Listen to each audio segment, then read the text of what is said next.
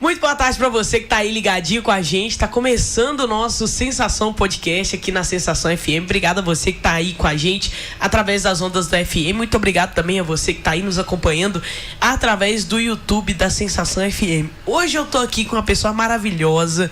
Tenho o prazer de fazer esse podcast, que eu tenho certeza que você que tá aí do outro lado dessa tela, ou você que tá do outro lado do rádio, vai gostar, vai ter alguma coisa que vai te intrigar nesse podcast. Vou dar boa tarde para ela que já tá presente com a gente. Renata Paz, muito obrigado por nos dar a honra de estar presente aqui no nosso Sensação Podcast. Muito boa tarde para você. Que delícia, muito boa tarde a todos e a todas que estão nos ouvindo agora. Tô felicíssima com esse convite também. Com essa conversa que a gente vai ter aqui, acho que vai ser muito legal. Estou maravilhada com a recepção aqui do pessoal, com toda a estrutura. Muito bom, muito feliz de estar aqui. Renata, eu queria que você começasse falando quem que é a Renata? Renata formou em quê? Quem que é a Renata? Explica pra gente brevemente. Vamos lá, acho que só essa pergunta já dá um podcast inteiro, não é não? Quem é a Renata é curioso, porque eu acho que eu fui muitas pessoas ao longo da vida. Eu fui muitas mulheres. E toda essa parte também profissional acabou acompanhando essa mudança. Eu sou formada, né? Minha formação primeira é o direito, eu sou advogada, mas não exerci essa profissão por muito tempo. Na época, eu não curti muito, não fez muito sentido para mim. Investi tempo e energia nisso, fiz pós-graduação em Direito Penal, sou especializada nessa área, mas não curti trabalhar com isso. Na época fez muito mais sentido para mim trabalhar com o negócio que a gente tinha, com a empresa que a gente tinha, que era a autoescola.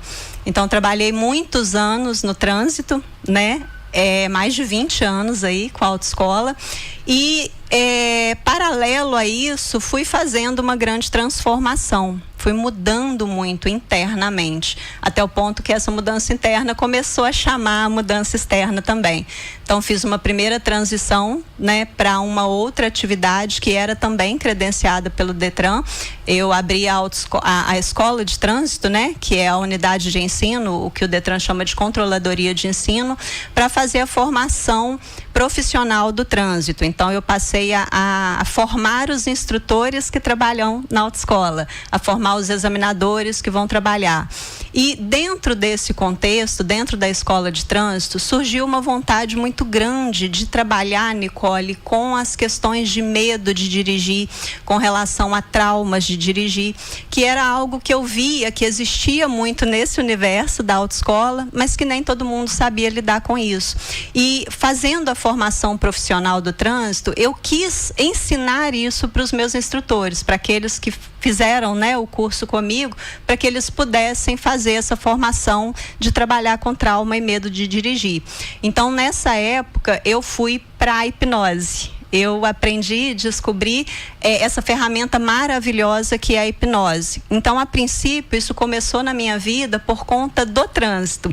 Eu me especializei muito nessa área, eu fiz formação em todas as áreas dentro da hipnose, desde a hipnose clássica, ericksoniana, hipnose não verbal, magnetismo, mesmerismo. Eu me aprofundei muito nesses estudos. E então comecei a trabalhar com a hipnose para medo de dirigir, para trauma de dirigir. E dentro desse contexto, eu fui vendo que os resultados eram muito impressionantes, que eles eram espetaculares. Eu já era terapeuta nessa época, mas não trabalhava de forma profissional com a terapia, mas já trabalhava há muitos anos, tem mais de uma década que eu sou terapeuta. E quando eu comecei a unir isso tudo, quando eu comecei a linkar isso tudo, eu vi que foi surgindo algo muito poderoso. Então, continuei os estudos nesse sentido e aí agora recentemente fiz uma segunda transição de carreira. Deixei a escola de trânsito para trabalhar unicamente com a hipnoterapia e desenvolvimento humano. A partir daí foram, né, mais formações. Hoje eu trabalho muito com a neurolinguagem também. Eu fiz especializações nessa área, sou practitioner em PNL também, que é uma ferramenta que eu gosto muito de utilizar e trabalho hoje basicamente com isso. Trabalhei em mim primeiro e acho que por tantas transformações que aconteceram comigo, comigo, tudo isso foi acontecendo na minha vida também. Hoje trabalho exclusivamente com a formação, com essa formação, desenvolvimento humano e a hipnoterapia também. Uau! Você tá doido? Realmente, só essa parte aí já dá um podcast, né? Porque assim, a hipnoterapia não veio pra minha vida como um curso. Tipo, eu vi um curso, que legal, eu vou ser hipnoterapeuta. Não foi assim, foi gradual, foi natural, foi uma coisa ligando a outra, foi uma transformação profissional também que foi acontecendo, que sem querer eu fiz a união dessa ferramenta maravilhosa que é a hipnose, junto com a terapia. Então, aprimorei com certeza a minha base terapêutica, mas quando eu juntei isso tudo, fez bom. Muito bacana. E aí os resultados são muito impressionantes. Bacana demais. Renata, explica pra gente o que é a hipnoterapia. Ai, que delícia. Hipnoterapia é uma terapia que usa como ferramenta a hipnose. Hipnose em si não é terapia. Ela é a ferramenta que a gente utiliza. Eu gosto de brincar que ela é um carro que a gente entra dentro dele e leva a gente à causa do problema. Porque muitas vezes, quando a gente trabalha com questões emocionais, não fica muito claro para a pessoa onde está realmente o problema, né? Às vezes a pessoa não está bem, ela não está legal, ela está ou deprimida ou ansiosa, ela está com toda essa questão emocional muito desregulada, mas ela não tem clareza de onde está o problema. E aí a hipnose entra como uma ferramenta incrível para que a gente possa localizar esse problema. Então a hipnoterapia, ela trabalha também com outras ferramentas, mas ela vai trabalhar aí, a grosso modo, com as questões emocionais. A gente vai trabalhar com a sua regulação ou autorregulação emocional. Porque dentro dos processos que eu trabalho, eu gosto muito de ensinar a pessoa a fazer esse processo. Então, tudo que você faz comigo, por exemplo, em consultório, você vai saber fazer depois na sua vida para você poder utilizar. Caramba! E como é que a hipnoterapia ela trata essa questão dos traumas, essa questão mental assim das pessoas? Então, a gente pode partir aí, por exemplo, de uma análise do que seria esses traumas. O que é um trauma? Né? Eu gosto de falar que o trauma é uma marca emocional. Se você pensar bem, o trauma não é o que aconteceu com você. Ele é o que fica em você depois do que aconteceu. A marca emocional é a dor que permanece em você. E ela fica tanto a nível mental, quanto a nível emocional e físico. Ela fica também no seu corpo. Os processos de dor que a gente vive deixam essas marcas. E a grande questão da marca emocional é que ela, para você lidar com ela, você precisa desenvolver algum mecanismo. Você desenvolve normalmente um comportamento para lidar com a dor, para lidar com a questão emocional que você está vivendo. E esse comportamento, ele tende a se prolongar na sua vida. A gente pode falar, por exemplo, de uma marca emocional de alguém que aconteceu lá na infância dessa pessoa. Então, muitas vezes, aquela criança que sofreu a dor, ela, para lidar com aquela dor, ela tem que desenvolver um comportamento e esse comportamento permanece com ela a vida inteira. Quando chega aqui na vida adulta, quando chega nas demandas dessa vida maluca que a gente vive, esses comportamentos podem começar a ser disfuncionais. Eles podem começar a criar problemas na vida da gente. Então, a gente entra com a terapia pontualmente nessas questões, porque quando a gente trabalha a marca emocional e libera essa emoção relacionada a ela, a gente também trata com o comportamento. Então, eu não preciso ficar lá no comportamento brigando com ele. A gente trabalha a questão emocional, libera, ressignifica, faz todo o trabalho terapêutico ali. E quando o seu sistema entende que aquela dor não está mais ali, ele começa a desfazer o comportamento. É como se o comportamento fosse sendo desconstruído. O seu próprio sistema vai fazendo uma autorregulação. E a gente o que a gente vive na infância, os nossos comportamentos hoje como adulto refletem às vezes coisas que aconteceram na infância? Total. Muito, se não tudo que a gente viveu na infância continua reverberando na gente hoje. Quando a gente fala, por exemplo, né, das crenças, de valores, de condicionamentos, Tudo isso vem da nossa infância, né? Aquela primeira infância ali construiu em você todas essas programações, né? Quando a gente fala, por exemplo, de reprogramação mental, que é algo que a gente fala muito dentro da hipnoterapia e da neurolinguagem, a gente tem aí nesse primeiro momento da sua vida uma espécie de programação, crenças que foram entregues a você por todo o contexto que estava ao seu redor, família, pessoas de autoridade na sua vida, amigos, escola, né, professores, tudo isso vai construindo em você ali, e dentro desses processos de aprendizado ali da sua infância, tem também os processos de dor, porque a criança vive essas dores de verdade. Ela vive dores com o que ela tem ali no contexto dela. Às vezes ela tem uma dor na escola, às vezes ela tem uma dor em casa, às vezes tem problemas que ela entende ali que estão acontecendo, mesmo que não estejam. Por exemplo, uma criança ela pode se sentir abandonada, mesmo que a família não esteja abandonando, o simples fato de ela ter ali naquele momento pouca atenção, ela pode se sentir abandonada. E isso gera uma dor real naquela criança, percebe? E essas marcas emocionais permanecem, elas ficam no nosso sistema, mesmo que você se esqueça delas, mesmo que essas lembranças vão se apagando, mesmo que a memória disso tudo apague completamente aí, elas permanecem em você, elas permanecem no seu sistema e elas continuam atuando em você. Então, sim, você é essa programação inicial. E é por isso que ela chega num ponto da vida da gente que ela começa a limitar a gente, né? O que a gente chama de crenças limitantes, por exemplo. Porque, às vezes, aquilo que você aprendeu lá na sua infância fazia sentido para aquele contexto.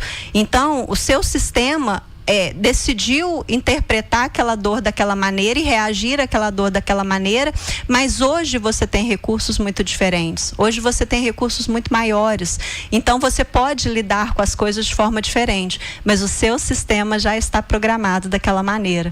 Então, por isso é muito legal que a gente faça essas intervenções, no sentido de a gente buscar essas marcas emocionais, eliminá-las, eliminar essas dores emocionais, e aí sim, isso destrava você para que você possa fazer um novo comportamento agora, de uma forma muito mais tranquila, porque tem gente que consegue fazer essas mudanças de comportamento ali na marra, mas não são todos que conseguem.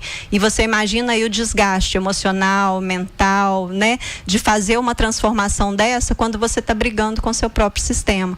Então, quando a gente faz, por exemplo, o processo terapêutico de limpar essas marcas emocionais, inclusive da infância, a gente vai literalmente destravando você, para que você possa ter uma nova visão de mundo, para que você possa ter um novo comportamento diante das situações da sua vida.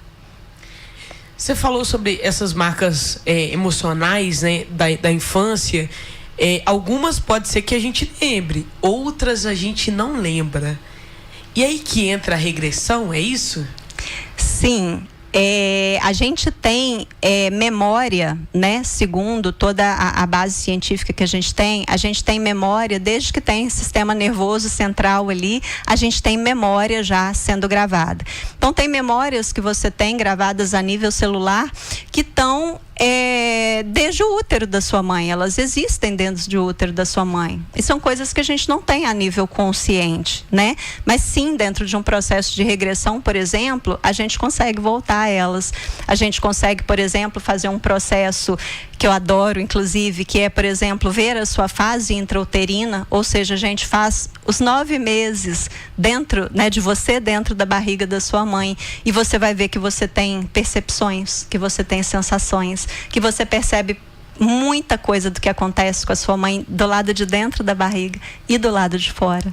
Isso é muito interessante. Então, a gente consegue, com base nisso, interpretar muito do que aconteceu com você e ir corrigindo isso. Mas como é que eu sei que isso é verdade, que isso funciona, que isso é real? Como é que funciona essa regressão e como é que eu sei que isso realmente aconteceu, que isso é real e que eu não tô, às vezes, criando alguma, sei lá, uma história da minha cabeça e realmente não aconteceu? Essa pergunta é muito interessante, porque, por exemplo, a gente precisa entender, para a gente compreender esse processo, a gente precisa entender como essa máquina que é o nosso cérebro funciona. Seu cérebro sempre funciona por uma espécie de associação. Então, ele tem a memória, que que eu chamo de imagem, ele grava a imagem e ele faz uma associação com uma emoção. Então, é isso que acontece basicamente com o trauma. Você tem ali, né, o trauma, por exemplo, uma dor, um acidente, qualquer coisa ali dolorosa que te marcou. Você tem a imagem, que seria a lembrança, a memória de tudo que aconteceu. E você tem a emoção associada a essa memória. Quando a gente faz, por exemplo, né, que você falou, uma regressão, tem gente que tem, né, tanta coisa com essa palavra, né? Nossa, uma regressão, o que é isso? Para eu te contar aqui agora, né, tudo que aconteceu na minha vida em termos de profissão, eu acabei de fazer uma regressão de memória. Uma regressão é tão somente isso, eu voltar a rever as memórias que eu tenho. E todas as vezes que a gente revê essas memórias, a gente também revê as emoções. A gente também traz de volta as emoções que estão relacionadas a ela. Então, quando eu conheço a memória, eu encontro junto com a memória, se eu voltar propositalmente a essa memória, eu vou encontrar a emoção que está associada a ela. Quando eu não conheço essa memória, a gente faz meio que o caminho inverso. A gente vai pela sua emoção. E a sua emoção, como ela sempre está associada à memória, à imagem, a gente encontra a imagem correspondente a ela. E é por isso que a gente tem aí uma série de imagens ou de memórias que muitas vezes a pessoa não entende de onde ela vem. Pode acontecer de você ter, por exemplo, uma memória que não faz o menor sentido? Pode.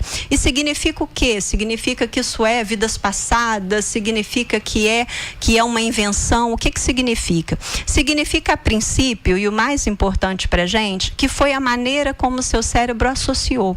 Aquela emoção foi associada por algum motivo àquela imagem. E para a gente ali não faz tanta diferença se aquilo é real ou não. Significa que está associado à sua emoção. E uma vez que é aquela associação que foi feita, quando a gente quebrar essa associação, o processo de dor se encerra. Então, para a gente, não é tão relevante se aquilo realmente aconteceu. É mais relevante a gente conseguir encontrar a emoção e encontrar a imagem associada a ela. Porque aí a gente consegue, literalmente, reprogramar essa associação. De forma que a gente consegue absolutamente até, né, baixar a zero ali a questão emocional relacionada. O que eu vejo na minha prática, que quando a gente faz, por exemplo, esse processo de uma fase intrauterina, quando a pessoa vai lá constatar, a gente vê que 100% aconteceu. Caramba! Então, é real. É real. Cara, deve ser muito, muito, muito bacana, né? Essa regressão. E acontece das pessoas realmente não conseguir lembrar ou não chegar aonde está o problema, por exemplo? Acontece, e aí é muito do terapeuta saber conduzir essa situação, porque quando você tem ali uma busca, você não está buscando só pela imagem completa, eu não estou buscando só por uma cena específica, eu estou buscando pelas referências que o seu cérebro tem, pelas imagens que foram gravadas ali como percepções suas, porque cada pessoa grava essa percepção de uma forma. Um exemplo aqui bem tosco para você entender, se eu falar, por exemplo, né, sobre uma banana. Você vai pensar numa banana talvez com casca, ele talvez pense numa descascada, eu penso numa penca de banana, tem gente que pensa numa bananeira inteira, tem gente que pensa num pomar de bananas. A gente grava as associações de uma forma única, de uma forma nossa. E aí, quando você sabe ler isso, quando você sabe interpretar esses sinais, mesmo que a gente não forme uma cena, mesmo que a gente não vá a uma memória completa, a gente consegue perceber esses padrões. E aí a gente consegue trabalhar também. Renata, a gente falou anteriormente sobre a sua transição de carreira. E tem pessoas hoje que têm muita dificuldade em fazer esse tipo de transição de carreira, às vezes fica muito confusa nesse caminho, né, nesse trajeto, nessa transição de carreira. Como é que foi para você fazer essa transição de carreira? Você foi do direito para o ramo de autoescola, de formar condutor, de formar fugiu a palavra. Instrutores. Isso, de formar instrutores. E de formação de instrutores, você foi para terapeuta. Como é que foi para você essa transição? Você se preparou para essa transição ou foi acontecendo naturalmente? As duas coisas, porque todo esse processo, né, que eu falei antes de ir aprendendo tudo isso e usando em mim mesma, foi mudando muito a minha forma de ver o mundo, a minha forma de entender as coisas, foi alterando os meus padrões de crenças, de valores. Então, vamos dizer que primeiro eu preparei internamente essa mudança. Eu fiz, de fato, uma grande reprogramação mental e a partir dela a gente alarga muito a nossa visão, a gente muda muito a nossa percepção, porque quando você fala de uma transição de carreira, a maioria das pessoas tem o receio, o medo, né? E se não der certo, e se eu não conseguir, uma série de questões ali que entravam. E quando você faz, por exemplo, todo esse processo que a gente está falando sobre ele aqui, quando você faz ele primeiro, a gente destrava esses medos, a gente encontra a raiz desses medos e elimina esses medos. Então a gente avança muito mais fácil. Então eu demorei, por exemplo, né, dessa primeira transição, falei que foram mais de 20 anos, né, dentro de um trabalho só. E depois 3 transições basicamente em 3 anos, porque agora não tem mais essas travas, agora eu posso avançar conforme o meu desejo. Essas reprogramações que a gente faz, tirando essas crenças, tirando esses comportamentos que privam a gente dos recursos que a gente tem. Quando a gente vai fazendo essa limpeza, você avança muito mais fácil. É muito mais fácil para você criar novos hábitos, criar novas disciplinas, e aí é óbvio, vai ampliando a sua visão de mundo, você vai querendo novas coisas, você vai querendo mais coisas. Essa reprogramação, ela toca muito, por exemplo, o que a gente pensa sobre família, o que a gente pensa sobre dinheiro, né? Existem muitas crenças limitantes com relação a dinheiro, e quando você vai fazendo esse trabalho interno, o externo acompanha. Então, de repente, você alarga um pouco a sua visão profissional, da sua capacidade, você alarga do seu potencial, você alarga até da quantidade de dinheiro mesmo que você quer fazer, que você quer ter, o valor que você quer colocar no seu trabalho. Quando você vai ampliando isso, você vai buscando mais. Então, esse processo passa a ser mais natural e menos doído para a gente. As minhas transições não tiveram um processo de dor, porque elas tiveram esse respaldo antes. Então houve a preparação, sim, nesse sentido, uma preparação que foi natural, porque tudo aquilo que eu fui aprendendo, eu fui fazendo em mim primeiro. Então todos esses processos que hoje eu trabalho com eles, eu trabalho com muita segurança, eu vivi esses processos, então eu conheço o potencial deles, entende? Eu conheço em mim o potencial deles. Quando a gente vai alargando essa nossa visão, quando a gente vai retirando essas travas, as nossas crenças, isso vai mudando a maneira como a gente funciona, literalmente. Quando você fala, por exemplo, de processos de autossabotagem, tem tudo a ver com isso. Quando você fala de procrastinação, tem tudo a ver com isso. Então, quando a gente vai fazendo esse trabalho interno, o externo acompanha. E aí a mudança é natural. Ela é natural, preparada, né? Ela vai acontecendo na medida que você vai crescendo. Renata, a gente sabe que na medicina normal, né? Vou dar um exemplo. Eu tô tossindo, por exemplo, tô com muita tosse. Aí a gente sabe que tem um xarope que cura a tosse. E quais são os sintomas, por exemplo, que um terapeuta percebe de pessoas, por exemplo, que sofreram abuso na infância ou que sofreram algum tipo de tortura, algum tipo de abandono? Quais são as características que esse adulto tem, que você bate o olho e fala, esse aqui eu já sei que esse aqui sofreu abuso na infância, esse aqui passou necessidade na infância, não, esse aqui foi abandonado pela família. Tem isso também? Tem bastante isso. A gente percebe muito isso na questão comportamental. Porque lembra que eu falei que toda marca emocional desenvolve um comportamento? Então, com base no seu comportamento, eu consigo ter uma noção do que você viveu.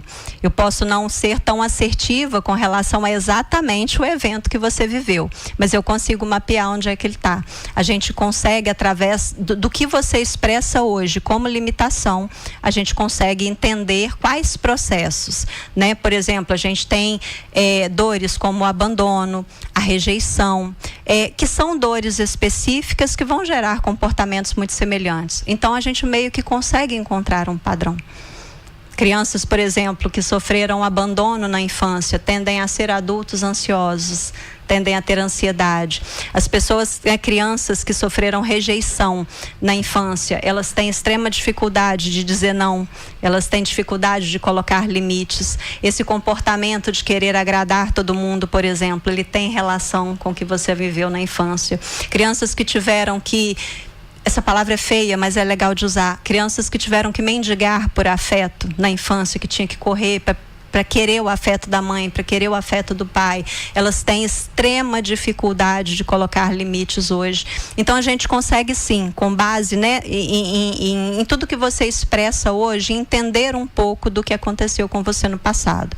Mas nem todo trauma está também na infância, né? Pode ter questões aí bem pontuais na sua vida, que você sabe onde é que está, e aí a gente vai lá e trabalha também com muita assertividade.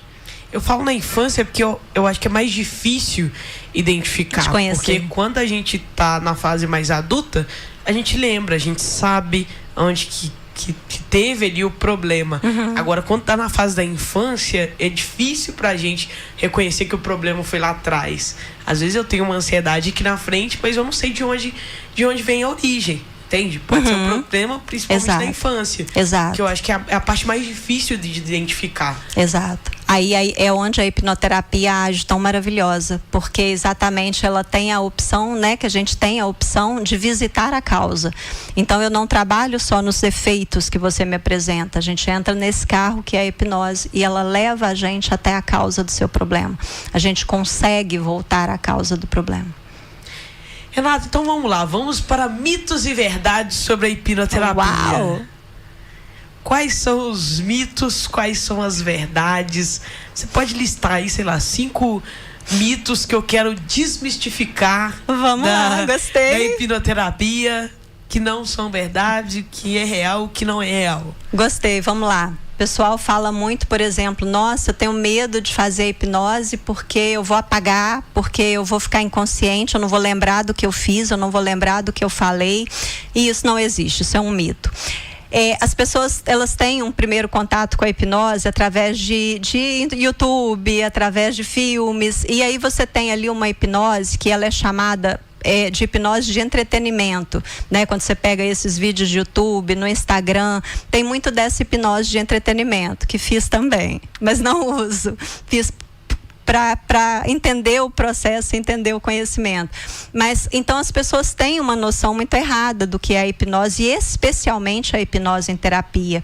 Hipnose, né, dentro da terapia, ela não é uma brincadeira, ela não é um entretenimento, ela é algo muito sério e muito bem feito, muito cuidado, para que a pessoa possa acessar ali de uma forma muito coerente tudo que a gente quer encontrar, né? A gente vai estar tocando ali dores, a gente vai estar tocando momentos ali delicados. Então é um processo ali muito, muito cuidadoso. E é uma hipnose que é muito leve. Ela é como um relaxamento. Você vai estar completamente acordada. Eu peço para fechar os olhos, porque, né, a visão tira muito da nossa atenção, né? De 75% a 80% da sua atenção está na visão. Então, quando você fecha os olhos, você volta a sua atenção para dentro. E quando eu vou fazendo a condução com você ali, você vai me acompanhando. Mas a todo momento, se você quiser abrir o olho, você abre. Se eu te perguntar alguma coisa que você não queira responder, você não responde. Se você quiser, do nada, interromper o processo, você abre o olho e encerra. Então não tem nada disso. Ninguém fica ali escravo de ninguém por conta da hipnose. Renata, mas eu já vi me perguntar isso. Mas e uma pessoa, por exemplo, que imita uma galinha? Isso depende muito do contexto. Primeiro que essas hipnoses de entretenimento, a gente seleciona as pessoas de acordo com o quanto faz sentido ou não para elas viver aquela experiência. Você imagina, por exemplo, que a gente está numa roda de amigos, né? Você tem ali uma pessoa que é muito brincalhona, pessoa que gosta de ser ali o palhaço da turma, que gosta de fazer todo mundo rir, e pega uma Renata, uma pessoa como eu, que você já me conhece um pouco. E aí a gente fala assim, vamos imitar uma galinha. Você consegue me imaginar fazendo isso?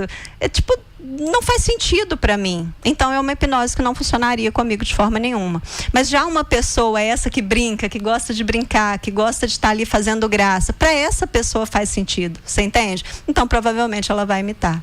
Mas a hipnose de entretenimento, que é vista aí em YouTube, em Instagram, ela é muito diferente do que o que a gente faz em terapia.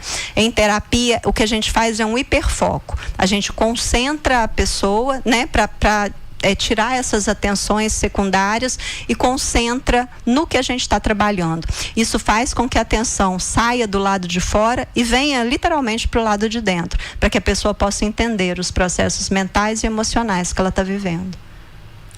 Entendi. Tem algum caso marcante que você pode compartilhar com a gente? Que depende, nem tudo se pode ser falado, né? Às vezes tem um ou outro caso que você fala, não, esse aqui eu posso falar assim. Tem muitos casos, assim, não sei pra gente falar aqui. Tem casos muito interessantes, porque às vezes a pessoa acessa memórias, tipo, que não são de agora. Já aconteceu? Já aconteceu muitas vezes. E então, de repente, a pessoa está se lembrando, ela está sentindo, como a gente falou, ela tem toda a carga emocional ali relacionada aquilo que ela está vivendo, mas ela está vendo ali, às vezes, imagens de lugares que ela não conhece, ela está vendo roupas que ela não conhece, ela está vendo feições de pessoas que ela não conhece. Isso vem muito pra gente. Então, é onde é o mais legal, assim, de a gente trabalhar. Tem muita coisa. E coisas, talvez, às vezes, que não existem realmente. Por exemplo, eu já tive um caso em que a pessoa, ao se lembrar, ela falava assim comigo, Renata, isso não pode ser verdade, porque eu tô vendo a cena, eu tô lembrando de tudo, tem minha mãe, tem meu pai, eu sou criança, eu tô com X anos, mas tem um elefante aqui dentro do quarto.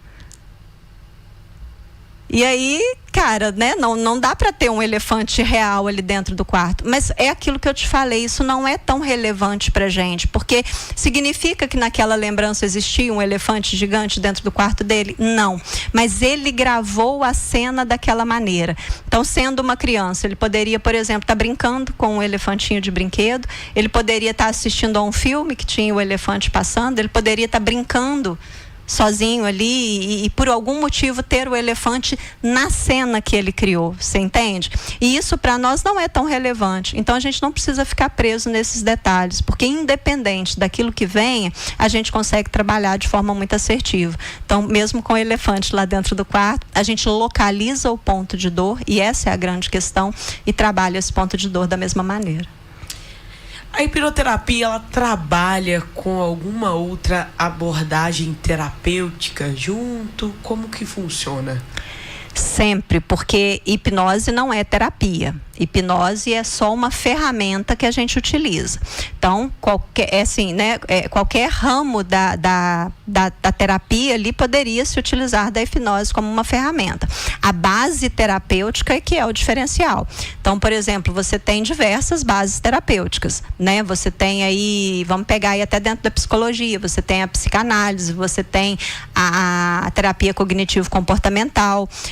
Então, assim, a base terapêutica que vai ser utilizada é que é o diferencial. A hipnose, como eu falei, ela é uma ferramenta, ela é algo que vai nos ajudar a encontrar o ponto de dor, e a partir daí a gente vai trabalhar com a base terapêutica, trabalhando mesmo ali as questões emocionais. Você falou sobre a hipnose de entretenimento. Existem outros tipos de hipnose, por exemplo?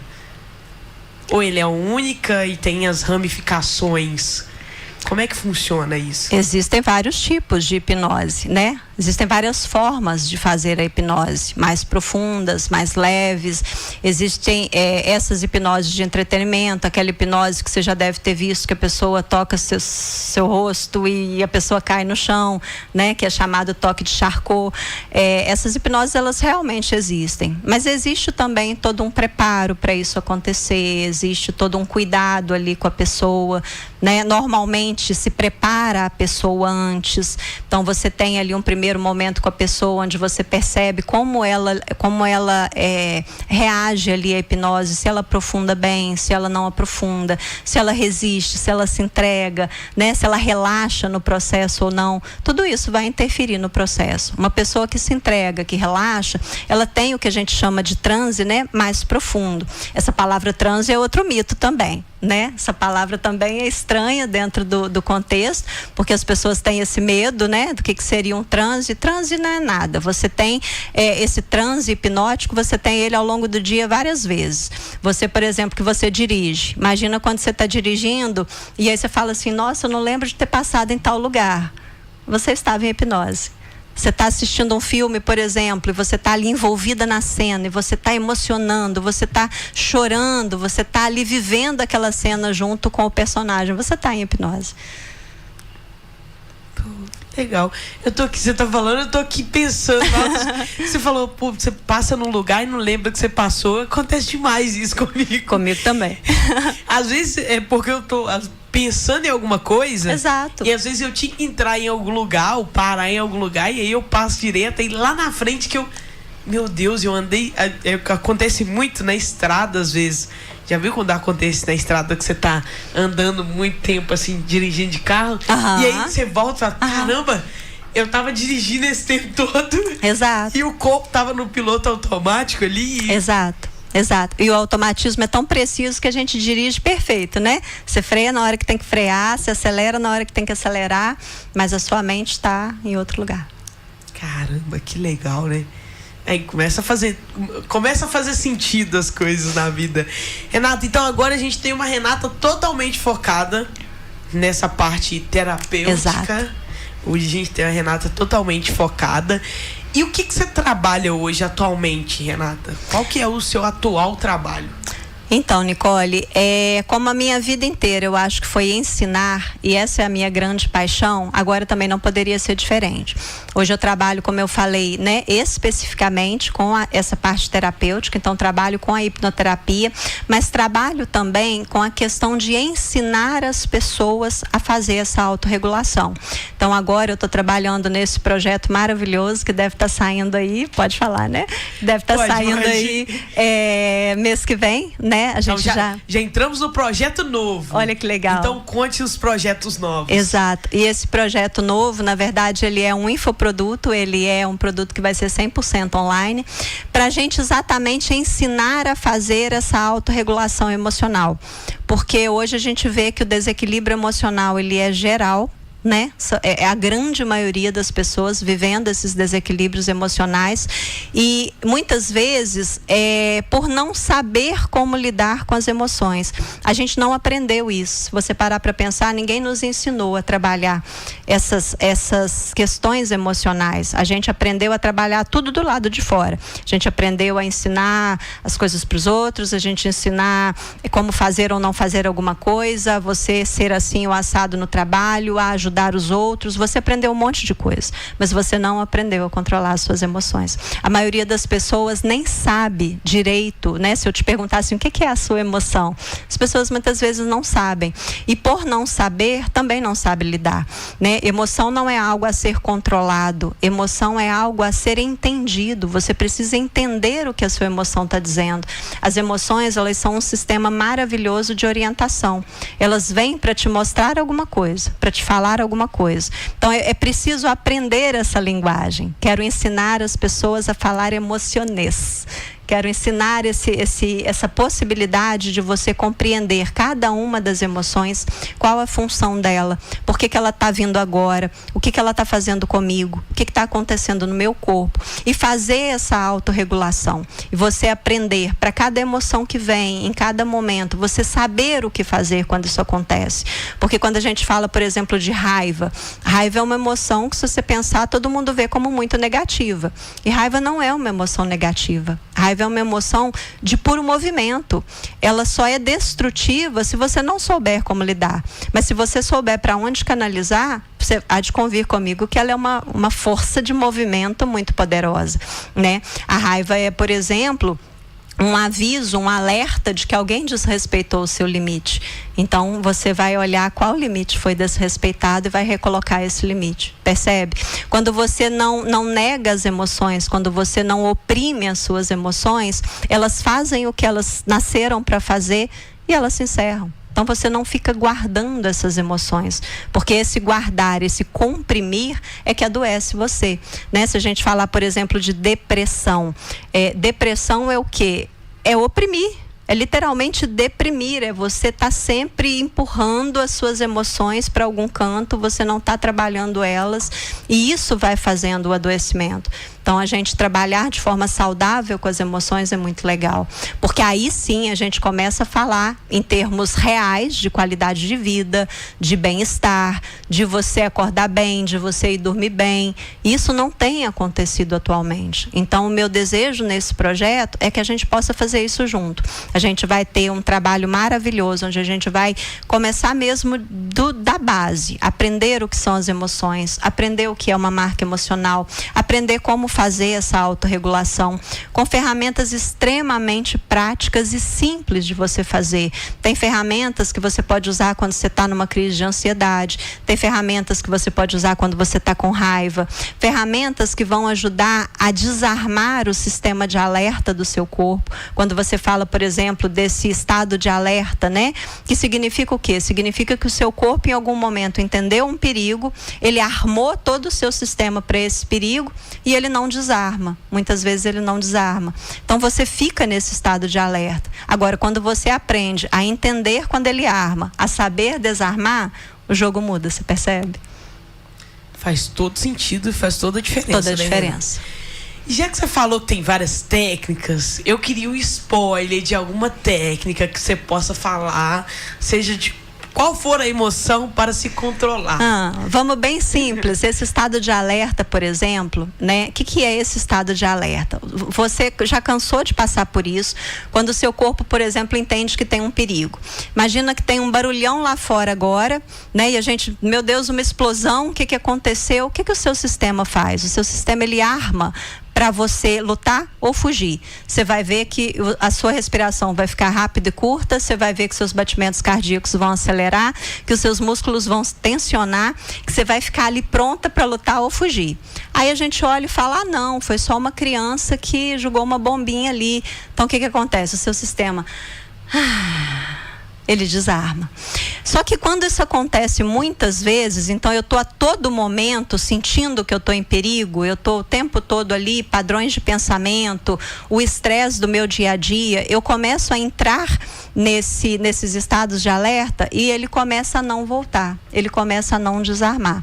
Então a gente pode, por exemplo, fazer isso de uma forma a estimular, né, um outro sistema, porque esse estado de alerta, por exemplo, né, é o sistema simpático trabalhando, então a gente arma o outro sistema para poder liberar isso, para poder aliviar o seu sistema. A gente faz isso, por exemplo, de forma muito simples com a respiração. Você pediu um spoiler, né? Respiração é uma coisa muito legal de trabalhar. Tem respirações que a gente faz, que a gente muda ali o estado emocional completamente. E tem pessoas que ficam tão alteradas que nem respirar elas conseguem. E aí o seu corpo sabe fazer isso. Desde que você saiba como fazer, o seu corpo faz sozinho. Faz um teste aí pra mim. Pega esses 2 dedos aqui, ó, o dedo do anel, liga aqui e respira. Sua respiração tá aqui, não tá? Cá em cima, né? Ok? Agora muda para esse dedo aqui. E olha o que acontece. Caramba! Foi lá para sua barriga, né? Desceu. Isso é a respiração profunda. Faz o teste aí, Elias. É a respiração. Faz o teste aí, a mãozinha assim, ó. Aqui, ó. Você segurar aqui, ó.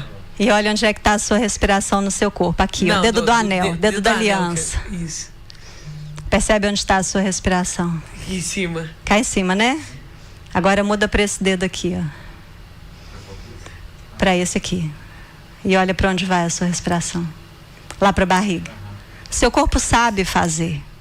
Percebe? Caramba, então que legal. Nem o processo de respirar você precisa fazer conscientemente. Se você souber, o seu corpo faz sozinho. Existem estímulos no seu corpo sensoriais que a gente pode ativar para fazer isso. E uma respiração como essa respiração diafragmática, ela tira você desse estado de alerta. Faz toda a diferença. Gente, você que tá aí em casa acompanhando a gente, faz aí o teste do dedinho aqui, ó. Faz aqui primeiro, depois você faz aqui e respira e vê se deu pra vocês aí também, porque pra mim deu super certo por aqui, tá? Dá, sempre dá. Por isso que os yogis, né, meditam dessa forma. Já parou pra pensar nisso? Né? Dentro do yoga, por exemplo, isso é um mudra. Né? Mas, na verdade, isso é um estímulo físico sensorial que vai mudar a sua respiração. Faz com que você tenha respiração profunda, diafragmática. E é ela que salva a gente na hora, por exemplo, de um aperto, na hora de um estresse, na hora de uma ansiedade muito forte. Essa respiração, ela é capaz de ajustar o seu sistema. Bacana, legal demais. Tem muita coisa legal. Dentro da neurolinguagem também a gente trabalha com muitas ferramentas rápidas, tá vendo? Coisas muito simples, mas que viram seu jogo. Se você realmente aprender a usar, aprender quando usar, né? Saber de que forma. Mas mais importante do que você usar uma ferramenta é você entender o processo por trás, né? O que essa emoção quer me dizer? Porque quando uma emoção é engatilhada, ela está acionando alguma coisa importante, ela está te mostrando, é uma campainha, ela está te mostrando alguma coisa importante. Então, a gente entender essa linguagem primeiro é o fundamental, porque aí eu vou entender o que aconteceu, eu vou entender por que aconteceu, e aí depois disso é que eu vou fazer a ferramenta de autorregulação, porque aí eu peguei o processo inteiro, percebe?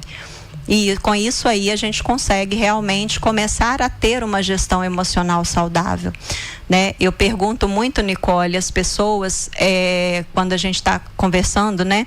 Eu pergunto muito assim, você sabe realmente o que é a sua emoção? As pessoas não sabem responder. É difícil, né?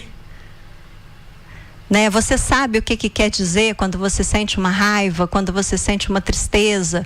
A maioria das pessoas não sabe, não fica claro para elas esse processo. Então, quando a gente tem um trabalho aí que a gente pode aprender isso, nossa, isso é muito legal. Porque a gente fala, por exemplo, em bem-estar, né? Se eu perguntar para 10 pessoas se elas querem bem-estar na vida dela, 10 pessoas querem. Mas quando eu faço essa pergunta, né? Quanto de bem-estar você tem no seu dia hoje? Aí a pessoa responde normalmente, nada. Mas você quer bem-estar. Mas você não tem nem 1 minuto de bem-estar no seu dia. Mas você quer bem-estar. Percebe? Então, a gente vai criando janelas de bem-estar dentro do seu dia, de minutos, de pequenas coisas que você pode fazer para você ir voltando a esses estados. Então, perceba que, por exemplo, se eu estou no meu trabalho, né, e aí eu tive ali o atrito com alguém, eu tive uma pessoa que veio e me estressou completamente. Um pequeno exercício desse faz com que você passe o resto do dia bem. Ao passo que, de repente, se você não sabe fazer essa autorregulação, você vai passar o dia inteiro mal por conta de um pequeno evento que aconteceu ali no seu dia. Renata, já aconteceu de algum paciente seu, por exemplo, começar a fazer a hipnoterapia e essa pessoa tá, às vezes, em tratamento medicamentoso para depressão, para ansiedade, e esse quadro da pessoa diminuir, ela poder diminuir aí a medicação, isso acontece também? Acontece, esse é o mundo ideal, é o mundo onde a pessoa tem toda a estrutura médica e a terapia em paralelo. A hipnoterapia, por exemplo, que é a minha área, ela não substitui de forma nenhuma o acompanhamento médico. E a hipnoterapia, ela nunca vai trabalhar diagnósticos. Então, se você chegar lá para falar, né, você falar comigo, eu tenho burnout, eu quero trabalhar o burnout. Não, a gente nunca vai trabalhar diagnóstico, a gente vai trabalhar a sua regulação emocional. A gente vai trabalhar as marcas emocionais, os motivos pelos quais as suas emoções estão desreguladas. É claro que isso vai ter um impacto muito positivo no tratamento, com certeza. Tem muitos psiquiatras, inclusive aqui da nossa cidade, que indicam justamente por causa disso. Todo o processo médico do diagnóstico é feito com o médico. Então, sim, a pessoa precisa desse acompanhamento, ela vai ter esse acompanhamento de forma normal, saudável, com o médico, com a medicação toda olhada, tudo certinho. E em paralelo, né? não mexendo, não tocando em nada dessa área médica. A gente vai trabalhar essas questões emocionais. Então, claro que vai ajudar, porque aí você não vai ficar também só dependendo da medicação. Você vai aliar todas essas ferramentas à medicação. E aí você tem, então, algo a mais para poder melhorar, para poder ajudar. Bacana, isso é muito legal. Renata, você tem algumas inspirações ou alguma, né, inspiração dentro dessa área da hipnoterapia, dessa área da saúde mental, por exemplo? Você tem alguma inspiração que você fala, não, esse pra mim é um exemplo assim do trabalho dele, que é um trabalho muito bom? Nicole, eu estudei todas essas linhas com muitos grandes mestres. Então hoje tem muitas pessoas que eu gosto muito.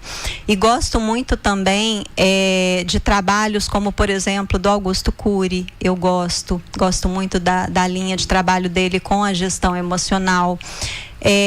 Pessoas, né, do ramo da hipnoterapia. A gente tem, eu não sou muito boa de nome, Rogério Castilho. Rogério é um grande nome. Pessoas realmente que são inspiração pra gente poder seguir essa linha de um trabalho terapêutico muito coerente, muito bacana, muito bonito. Renata, e qual que é o conselho que você daria para alguém que às vezes está tentando lidar com emoções bloqueadas, com emoções bloqueadas mesmo, às vezes com pensamentos às vezes bloqueados? Qual que seria o seu conselho para essas pessoas? Que às vezes eu vejo, né, que às vezes é preciso a gente se permitir sentir a dor, Exato. né? Às vezes é preciso a gente sentir a dor, sentir o medo, sentir a raiva, sentir a alegria. É necessário a gente sentir a dor. Mas tem muitas pessoas que às vezes bloqueiam esses sentimentos por, às vezes, marcas emocionais de tempos atrás. Qual é o conselho que você daria para essas pessoas? Esse é o meu conselho, Nicole, sentir. É realmente sentir, visitar essas emoções. A emoção, ela não deve ser oprimida, ela não deve ser suprimida, ela deve ser reconhecida, ela deve ser vivida. É a forma correta, porque uma vez que a mensagem dela foi entregue, ela começa a se desfazer. Percebe? Então é muito mais o conhecer, muito mais lidar com a emoção do que controlar em si. A gente não controla a emoção no sentido de reter, no sentido de conter, no sentido de empurrar para baixo. A gente reconhece as emoções, a gente compreende o que ela está trazendo para a gente. Então esse é um ponto muito importante, que a pessoa tenha essa possibilidade de viver as emoções, porque a gente foi ensinado a não sentir emoção, né? Homem não chora, engole o choro, não pode chorar, não pode ficar triste. Perceba que quantas vezes, né? Às vezes a gente está mais tristinho num dia. Não, levanta, vamos lá, levanta a poeira. A gente não tem o direito de sentir as nossas emoções. E isso nos adoece. Então, seja uma emoção que você está lidando com ela de forma consciente. Meu conselho é sinta, explore, entenda e aprenda, né? Aprenda a lidar com isso. E quando ela é desconhecida, aí é buscar ferramentas como, por exemplo, a gente falou aqui hoje, a hipnoterapia, que vai dar pra gente a possibilidade de encontrar essas emoções que em algum momento ficaram ali escondidas, abandonadas, deixadas de lado. A gente volta lá para cuidar delas. Essas emoções de infância, hoje elas são muito faladas como a criança interior, né? Você já deve ter ouvido esse conceito da criança interior, que significa exatamente isso. Significa a gente voltar à infância para trabalhar essas emoções que não ficaram bem trabalhadas na criança. E a criança cresceu com esse padrão de comportamento, com esse padrão de sentimento, guardando essas marcas emocionais. O trabalho da criança interior com a hipnoterapia, ele é belíssimo, porque a gente literalmente entra nesse carro, vai lá, busca essa criança, coloca ela dentro do carro e traz ela de volta com a gente. É um processo magnífico de ser vivido. E quando o seu sistema vive essa experiência dentro, por exemplo, de uma ferramenta como a hipnose, ele entende realmente que aquele evento aconteceu, de forma que o seu sistema começa naturalmente a se autorregular a partir daí. Entendi. Renata, a gente falou também muito sobre crença limitante. Como que a crença limitante ela pode influenciar, por exemplo, nas nossas decisões do dia a dia, na nossa rotina diária? Literalmente limitando. Pensa que crença é tudo o que você acredita, mas é também o que você aprendeu. Então, quando a gente fala de uma criança, por exemplo, essa criança, ela não só aprendeu crenças vindas ali das pessoas que estavam com ela, como ela mesma chegou a algumas conclusões. Imagina, por exemplo, um exemplo bem caricato para a gente entender. Você imagina que você, criança, por exemplo, você tinha uma mãe que trabalhava fora, você tinha uma mãe que não ficava com você, e ali aquela criança, ela quer a mãe, ela quer a atenção da mãe, e a mãe não pode dar atenção, a mãe está cansada do trabalho. Então aquela criança, de repente, ela olha e fala: poxa, trabalho não é legal não. Não gosto desse negócio de trabalho não é bom. Percebe? E aí, às vezes, a mãe tem problemas, mãe e pai, né? Tem problemas com dinheiro, por exemplo. Está ali sempre na dificuldade financeira, está reclamando do dinheiro. E aí a criança olha para aquilo e, caramba, dinheiro não é legal. Dinheiro não é uma coisa boa. Ou os próprios pais falam, né? Dinheiro é ruim, pessoa rica não é legal. Enfim, a criança vai criando essas crenças. E isso se perde no seu inconsciente. Depois, mais tarde, você tem toda uma visão de mundo ali limitada por essas crenças. E o que acontece? O grande problema é que, uma vez que o seu sistema tem esse padrão de crenças, ele vai proteger esse padrão. Porque se você, em algum momento da sua vida, entendeu, por exemplo, né, acabei de falar aqui do dinheiro, vamos seguir essa linha. Se o seu sistema entende que dinheiro é uma coisa ruim, ele vai fazer de tudo para você não ter. Aí começam processos como autossabotagem, começa o processo como procrastinação, porque o seu sistema vai dar um jeito de você não ter. Afinal de contas, ele foi ensinado que isso é uma coisa ruim. Então, hoje aqui, conscientemente, com a idade que você tem, você quer dinheiro, você quer sucesso, você quer, né, uma remuneração legal pelo seu trabalho. Mas o seu sistema, internamente, inconscientemente, ele tem aquela programação que é ruim, que não é bom, que a pessoa rica não é legal. E aí, então, ele vai sempre regular você como termostato do seu ar-condicionado aqui. Ele vai sempre regular você a esse padrão. Então, até que você altere esse padrão, ele vai sempre voltar o seu termostato para o mesmo lugar. Então, acontece os processos de autossabotagem, acontece o processo de procrastinação por causa disso. Na verdade, são as suas crenças, é o seu padrão mental, não só crenças, mas crenças e valores, o seu padrão mental que está interferindo ali no seu processo. Porque quando a gente tem determinados valores também que são muito fundamentais, tudo que a gente tenta fazer, todo objetivo que a gente tem na vida que contraria esses valores, o seu sistema vai ir contra ele também. Poxa, é muito profundo isso, Renata. E, Renata, vou puxar um assunto aqui aleatório. Se a Renata não fosse terapeuta, você já mudou de profissão. Vou chamar você a Barbie das profissões agora. Adorei! Se você, por um acaso, decidir não quero mais ser terapeuta, qual outra profissão Renata teria?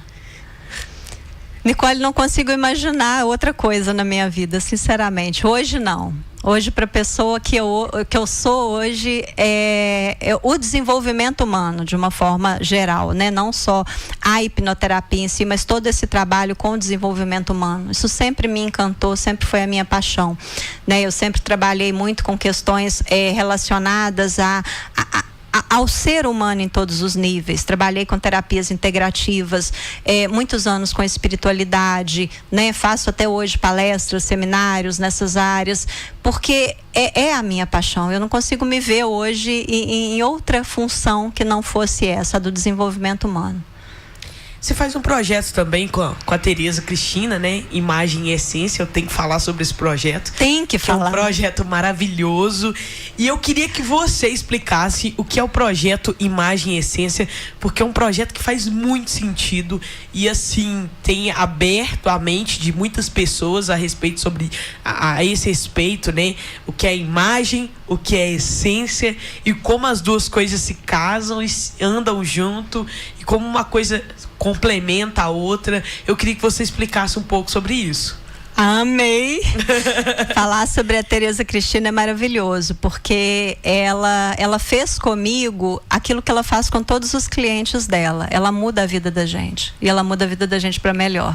Então, muito dessa última transformação foi também relacionado a tudo que a gente tem juntas, né, no sentido profissional ali de todos os projetos. Então, foi meio que a partir do trabalho que nasceu com a Tereza Cristina que eu optei realmente ali por essa ruptura e parar com a escola de trânsito e vir para trabalhar exclusivamente com isso, porque a gente viu um potencial muito grande dos nossos trabalhos interligados.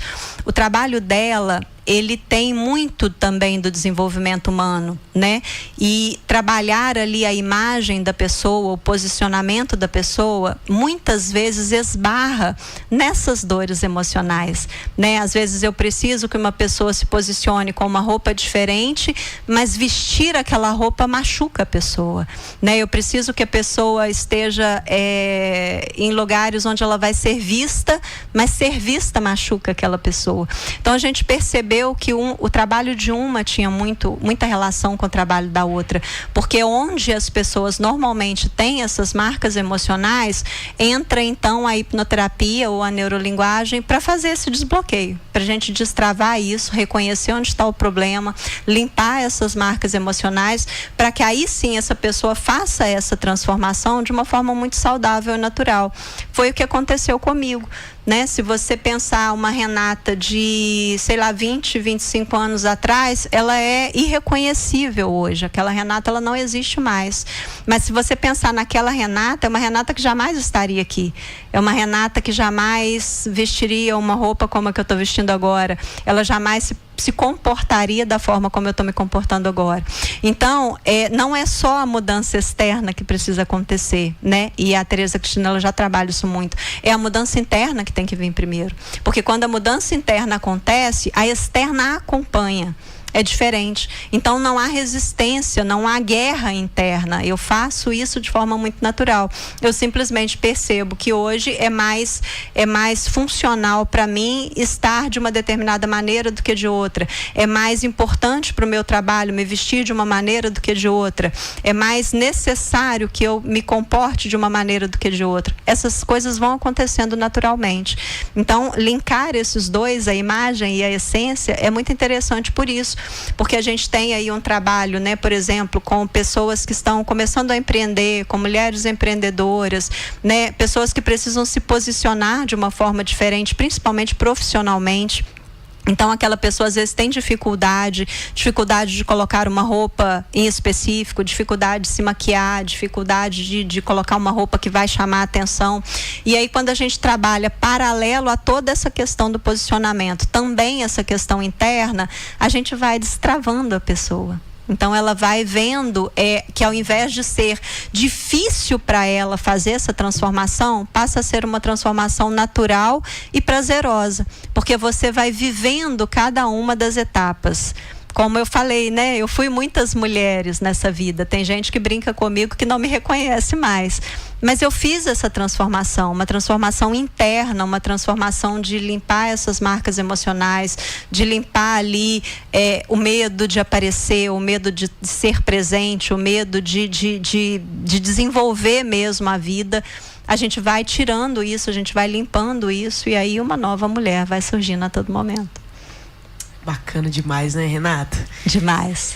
Renata, eu sei que a gente tem muito assunto para falar ainda, mas eu já quero agradecer você. A gente tá chegando ao final do nosso Sensação Podcast.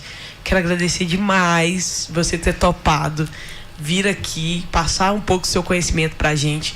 De verdade, muito obrigado. Eu quero poder marcar um outro podcast, parte 2, com você. Legal. Pra gente continuar essa conversa, porque a gente tem muita coisa para falar. Tem muita coisa legal ainda que dá para ser discutida aqui em podcast. Então, assim, quero agradecer mais uma vez. Muito obrigada, viu? Por ter topado fazer parte desse projeto. Por ter vindo aqui trazer um pouco de informação para as pessoas, né? Explicar o que que é a hipnoterapia, trazer um pouco do seu conhecimento pra gente. Muito obrigado de verdade. Os microfones da emissora estão sempre abertos, sempre que você quiser falar de algum assunto, estamos aqui, tá? Eu queria que você deixasse suas considerações finais, deixasse também suas redes sociais, onde que a gente encontra a Renata, para bater um papo, para tomar um café, para marcar uma visita. Fique à vontade. Que legal. Nossa, eu estou muito feliz de ter participado, de verdade. Amei receber o convite. Também quero voltar para um próximo. Acho muito legal a possibilidade da gente falar sobre isso, porque se você pensar bem, a hipnoterapia ela não é tão conhecida, né? E ela é algo que, exatamente por tudo isso que a gente conversou, tem muitos preconceitos envolvidos, né? Você falou da questão da regressão. Tem gente que fala, nossa, regressão, mas e se eu não der conta do que eu vou ver, né? E eu sempre respondo, não é você que vai dar conta, sou eu. Eu estou preparada para isso, né? Então, assim, é legal que as pessoas tenham a oportunidade de conhecer melhor, de entender que muitos desses mitos, como você falou, né, não acontecem, que é um processo maravilhoso, voltado para as suas emoções, voltados para essa gestão emocional saudável. Então, quando a gente fala de vida com equilíbrio, de vida com bem-estar, quando a gente fala isso real, sem romantizar a coisa, de você ter isso na sua vida, independente da loucura que é o nosso dia a dia, as demandas que a gente tem. Então, é possível ter isso na sua vida. Se você parte desse princípio, dessa autorregulação, sabendo o que acontece com você, sabendo ler os seus padrões mentais e emocionais, né? Sabendo como o seu corpo pode te ajudar com isso, como a gente falou, como a gente viu, né? Com coisas tão simples, tão pequenas. E aí, então, você vai mudando, você vai transformando o seu dia. Aí a gente pode falar em bem-estar real, a gente pode falar em auto-amor real, a gente pode falar em qualidade de vida real. Percebe? Então, é muito legal que a gente tenha a oportunidade de falar sobre isso, de apresentar isso para as pessoas, né, um pouco mais a fundo. Quando a pessoa quer saber mais sobre a hipnoterapia, eu gosto muito de conversar com a pessoa. Então, eu sempre convido para tomar um café, para a gente conversar, para justamente a gente poder alinhar isso, eu poder explicar para a pessoa o que a hipnoterapia pode oferecer para ela e ela poder me explicar um pouquinho o que ela quer, o que ela precisa, para a gente poder ver onde é que uma coisa, né, pode linkar com a outra ali de forma perfeita. Falar comigo pode ser pelo Instagram, o Instagram tem o contato lá, tem o WhatsApp de contato, tem tudo lá. Eu acho que é a forma mais fácil. O espaço essencial também, né? Tá aberto, a gente está lá agora direto, você também, né? Estamos lá. Pois é, o essencial é um espaço lindo que vai ser também, né? Tem uma parte grande do espaço ali destinada a essa questão do desenvolvimento humano, a minha figura, a figura da Tereza Cristina, né? Toda voltada aí justamente para esse desenvolvimento humano. Então é isso, Renata. Muito obrigada. Como é que tá seu Instagram? Você sabe como é que tá seu arroba? Renata Paz Terapeuta. Arroba Renata Paz Terapeuta. Então segue a Renata lá. Se tiver alguma dúvida, você ficou com alguma dúvida aqui a respeito desse podcast, se quiser tomar um café, conhecer mais sobre hipnoterapia, manda mensagem pra ela lá no direct, tá? Arroba Renata Paz Terapeuta. Boa, isso. Eu vou amar receber para poder falar também um pouquinho sobre o que ficou de dúvida, né? O que a gente não falou aqui, a gente pode falar lá. A gente vai colocando lá no Instagram também. Tá bom, Renata. Muito, muito obrigado. Muito sucesso nesse mergulho que você deu aí na hipnoterapia, né? Muito sucesso para você nessa nova fase da sua vida. É um prazer te receber aqui novamente. Agradeço por ter aceitado o meu convite. E aguarde que a gente vai fazer parte 2 desse podcast. Nossa, eu que agradeço, Nicole. Muito obrigada de verdade pelo convite. Muito feliz de estar aqui hoje. Obrigada a você que ficou até agora acompanhando aqui com a gente através das redes sociais, através do YouTube. Obrigada a você também que está aí nos acompanhando através das ondas da FM. Semana que vem a gente tem mais Sensação Podcast aqui na Sensação. Tchauzinho e até lá.